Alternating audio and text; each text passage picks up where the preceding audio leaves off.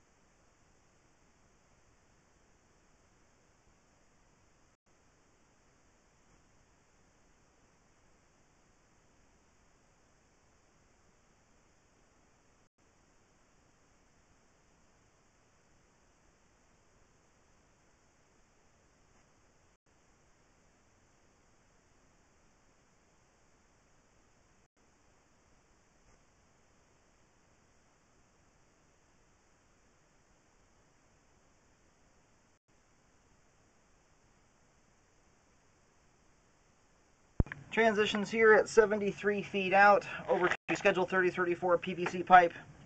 And the reason we're going through the clean out inside the crawl space is the external clean out front is under deck boards. There's no hatch that's been cut for it. This crawl space is big, but it is extremely difficult to get into. There's cross members running everywhere. It took me about 20 minutes to get my camera just to the location to scope from. So I do recommend cutting the board open there so there's access. If you had to do any drain cleaning with a larger machine, it would be nearly impossible to get it down here. You either have to pull a toilet, which is a shame when you have a perfectly good clean out.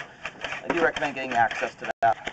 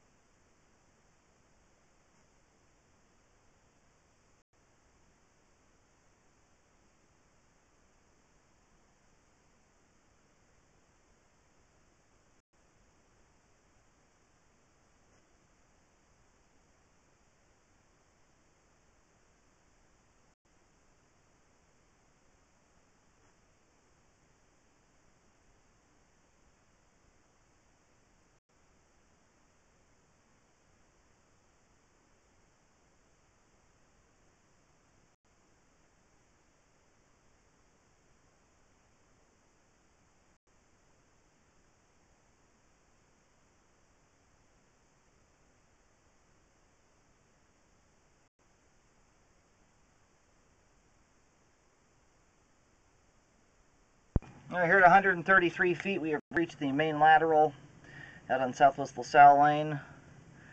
We're going to let the line drain out completely before rolling back.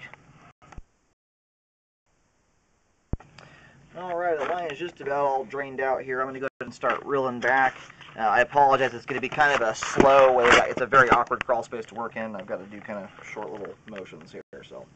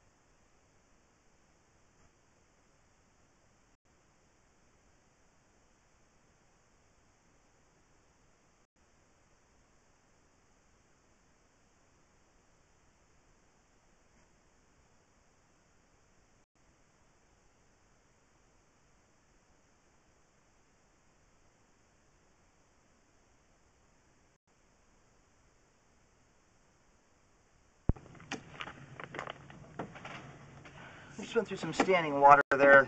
The water level didn't even come to the bottom of the camera lens. We've got less than a quarter-inch of water there for only about 4 or 5 feet, which is not a significant amount at all. Usually it takes at least 5 feet of pipe to have about an inch of standing water before you'll get any real debris buildup.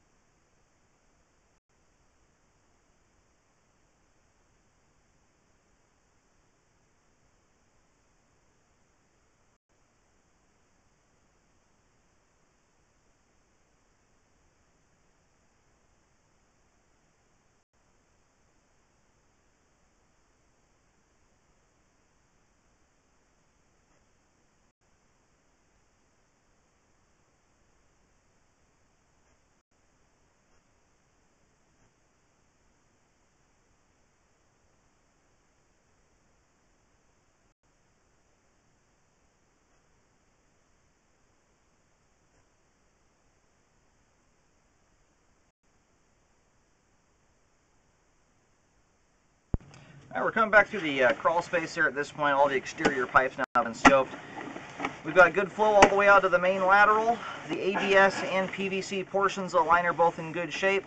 The sewer line is functioning properly at this time.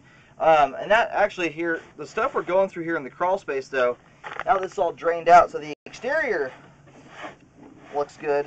Coming back through here though, the interior main line there had a ton of debris buildup in it. So I do recommend a Hydrojet to clean the line out in here. The debris we just went through there was almost an inch thick.